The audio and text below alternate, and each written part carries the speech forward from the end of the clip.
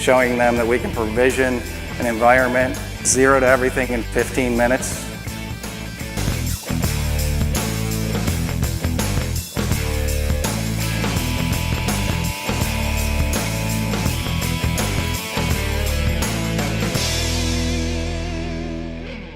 Just that Diane and Gordon from Red Hat felt that RedMonk were doing some good work and should be supported, so thank you much for that. A couple of years ago, Diane gave a really interesting talk about a project where they were documenting totem poles from the, well, the Pacific Northwest, but specific, the 12 nations, or is it 13? First Nations. Many more than 12. First Nations, so the people that were there originally. So documented these totem poles as a sort of a crowdsourced kind of project, and it was something where kids were getting inspired, and it was interesting because there's a combination of the sort of the digital lives of kids that I guess are now kind of the selfie generation, and they were taking pictures of totem poles and getting inspired about that. And I just thought it was a really interesting project. And I believe that that side project is now sort of spiraling into something else, taking more time. Yes. So I'll stop rambling and introduce you to Diane Mueller.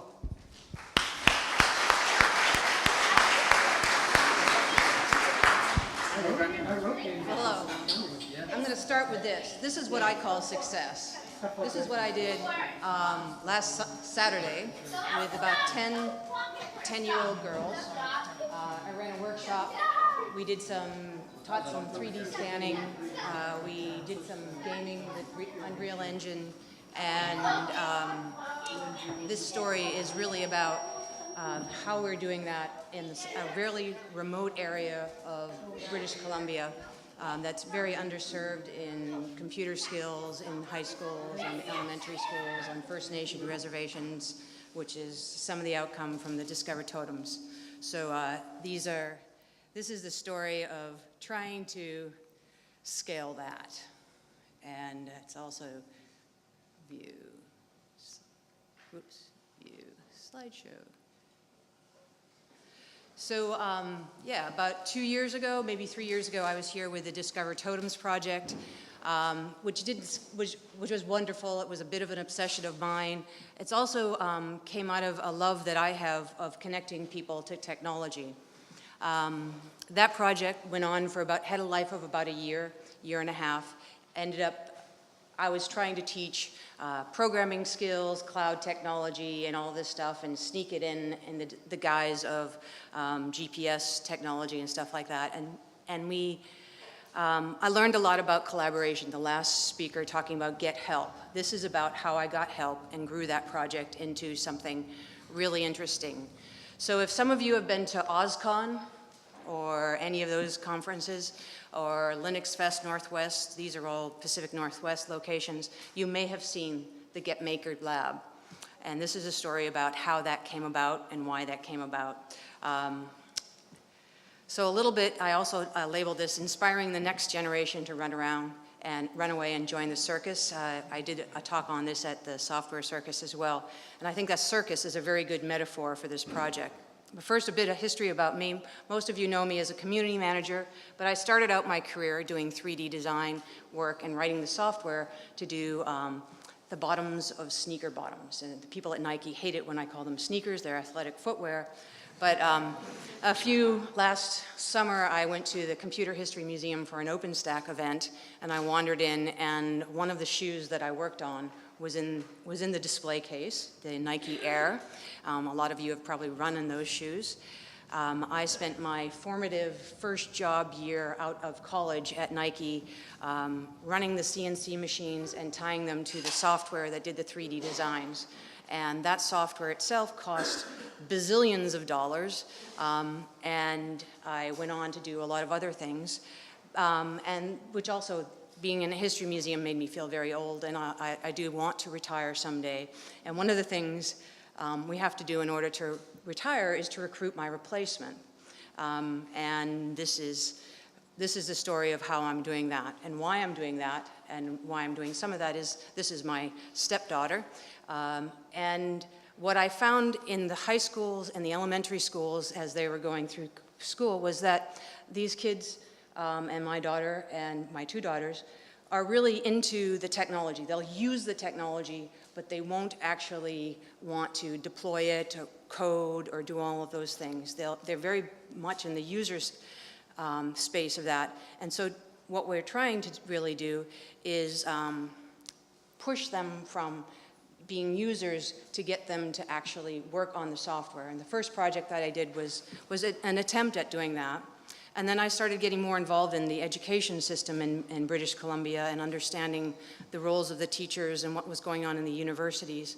And was hearing more and more about the declining enrollment. There was also a bit of people would work on web UIs and UX and design things because the design stuff was really cool and fun, but nobody really wanted to work on the infrastructure. And coming to Red Hat, I learned a lot about Linux was not so much fun for people to do, and they weren't really into that. And the Linux kernel developers' idea of recruitment was handing out bags of popcorn, and with Red Hat logos on it, they weren't really good at interacting with people, and their social skills weren't always that great. So we were really trying to figure out how we could engage with people at a much younger level than some of the teens and the early 20s that we were hitting at tech events and that we were hitting at in the colleges. So we tried to figure out a metaphor that would work. And circuses are very fun, but somebody still has to build the tent.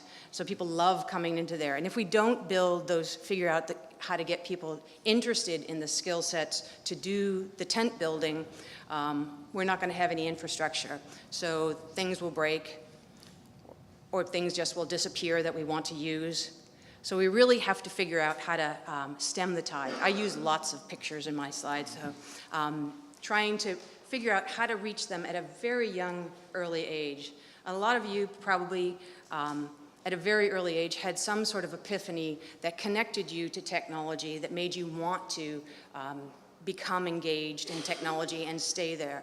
For me, my grandfather was German, made a mistake with my brother's age, who was 2 years younger than me, and sent my brother with German instructions a phone kit to build a rotary phone from scratch. And my father looked at the packages before they put them under the Christmas tree and swapped them, and I got the phone kit. And I think I was 10 and he was 8, but I learned a little bit of German at that point and how to assemble a rotary phone, and I was hooked. My dad was an engineer and he was right there with me. So my goal really has been to figure out how to get more girls and young women into technology. And this is another picture from last Sunday, the kids working on creating their 3D images, printing them, and then pushing them into that. So try and get those kids at the very earliest age engaged to have a magical experience that will connect them, like that rotary phone. That really dates me. How can we do that and do that in a way that will really engage me? Because teaching in the school was more what we call sit and get. They're totally the consumer. They don't get to control really what they're being taught. It's being pushed at them. They get a lot of abstract concepts and surface learning.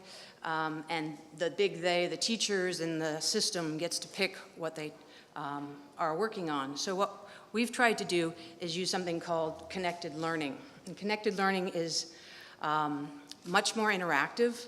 The students and the kids get to pick what they're going to make, what ideas they want to work on.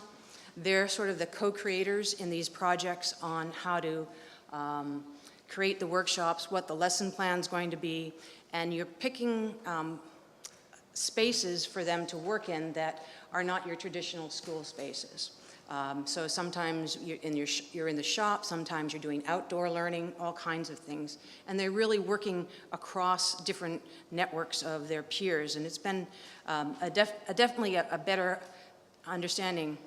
So we combine some of the connected learning with things that are going on in the maker movement, and everybody's heard of the maker movement, so I'm not going to have to define that.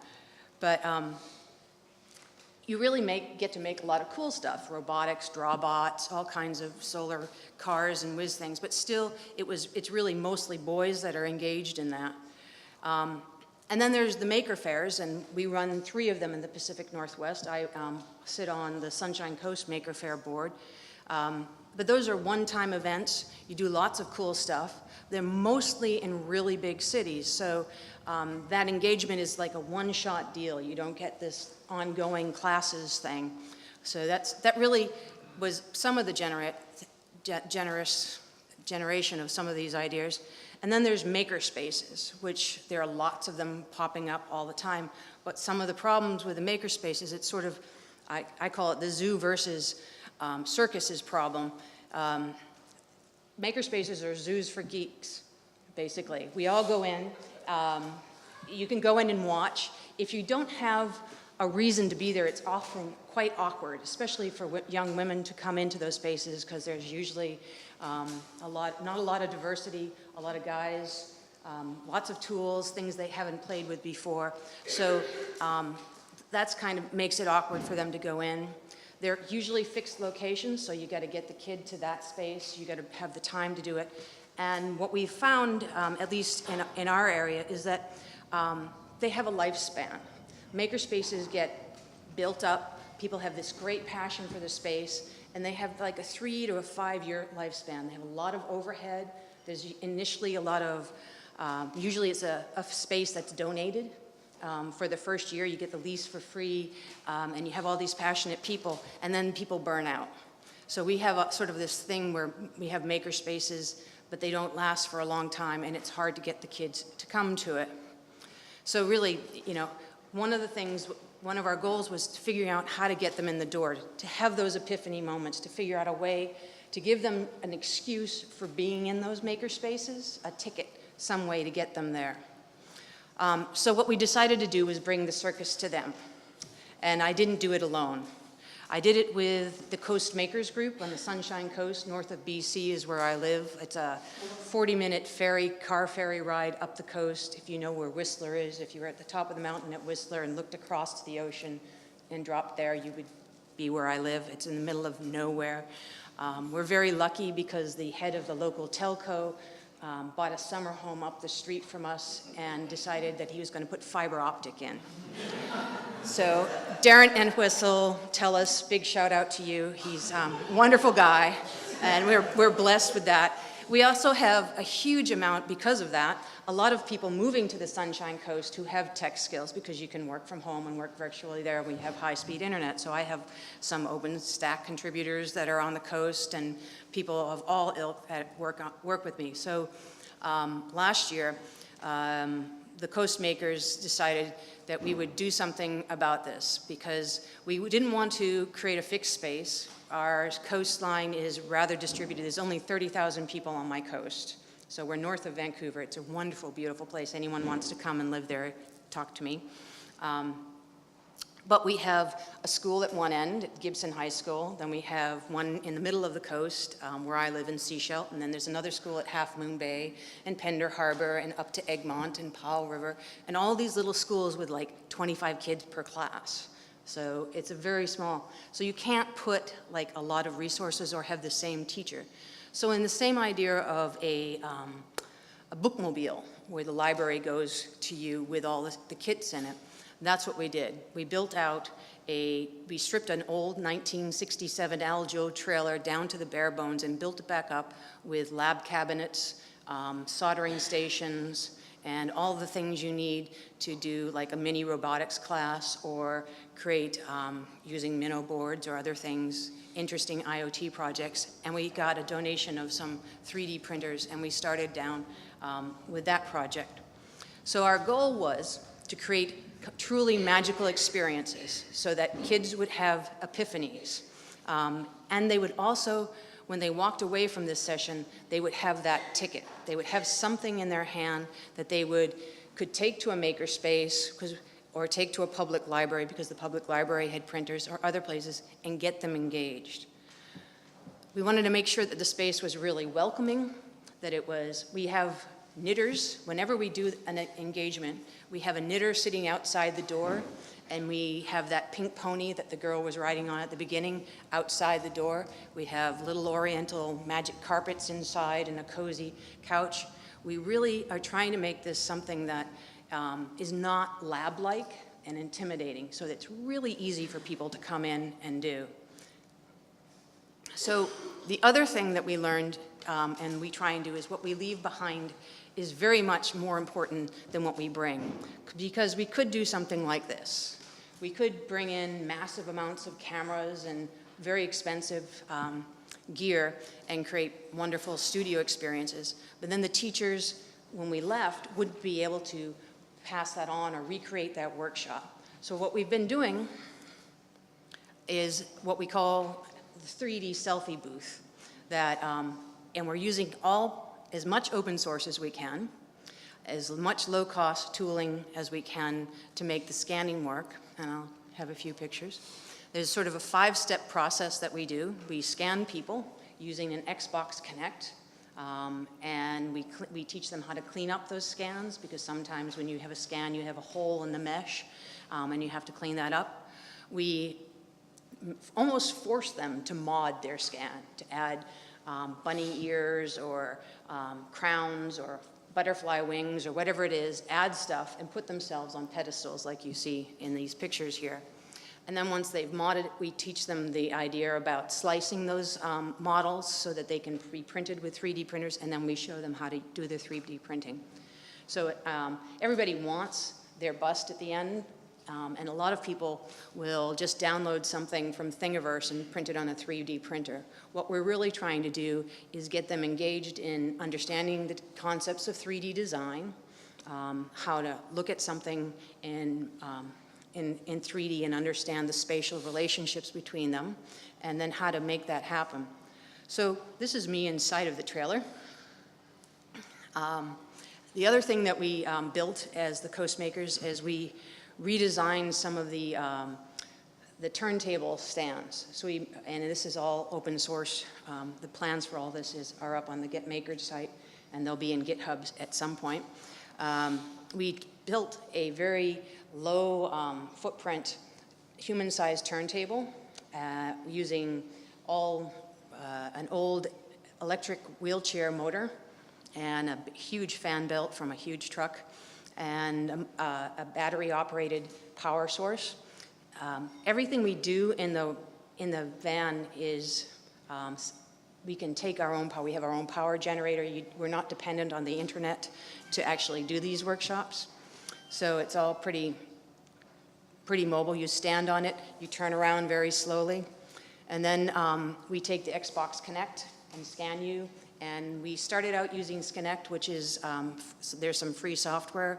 It works with Xbox Connect, which is a Windows product. There's also, we're now doing full color scans. The Connect 2s allow us to do that, but you have to use Microsoft's proprietary software, 3D Builder. There's a long story over a beer I'll tell you about 3D Builder and some of its foibles, but that's it. We then teach them the basics of MeshLab, how to use that, how to navigate that, and clean that all up. And then most of the fun stuff happens in Tinkercad. How many of you have used Tinkercad? Anybody? A few of you. This is an Autodesk offshoot that's a browser-based tool, which is really kid-friendly. It's really easy to get an account with it. It's got all the parental controls. And this is where the modding goes on and where a lot of the fun happens. So we teach the basics of this.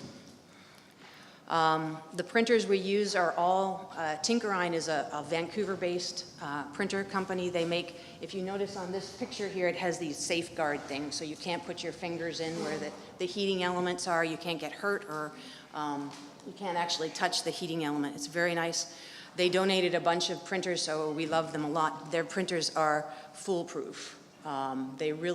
They just always work, which is wonderful, especially when you're bouncing in a trailer and they need to be adjusted quite a bit. So I highly recommend them, not just because they donated, but they have a nice slicing set of tools that are freely available. So I'll keep saying, we're trying to use open source, low-cost things. An Xbox Connect 1, you can probably buy on eBay in the US for about $25.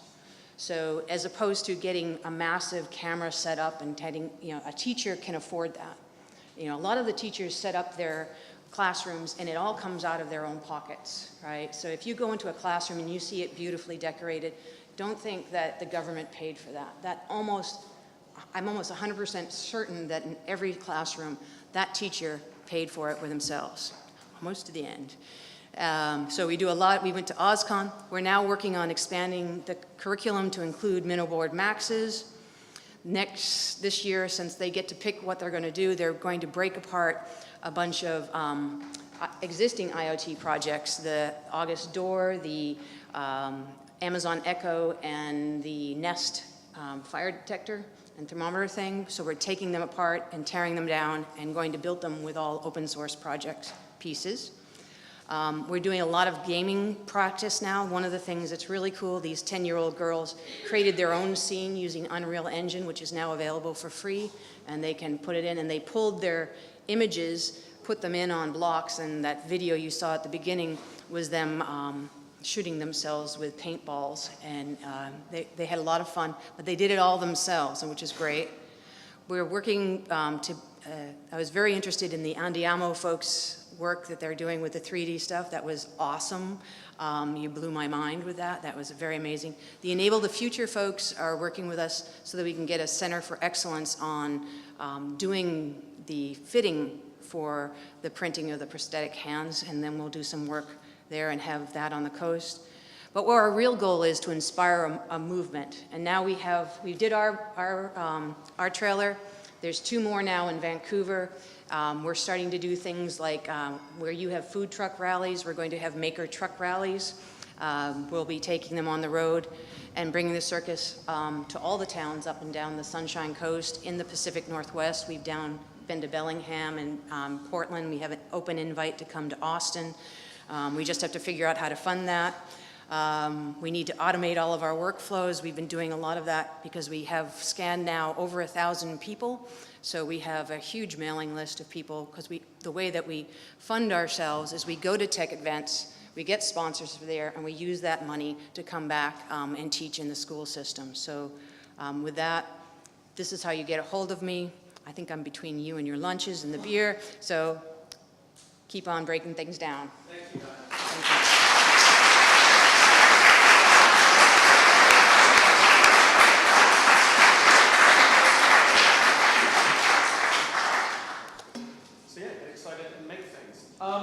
So there was a possibility that we were going to have another couple of talks before lunch, but I think we need to eat. The food is going to be ready, and so I think we're going to break down, do a couple of talks after lunch, then get to the social. There's some interesting things that I want to mention. One is that the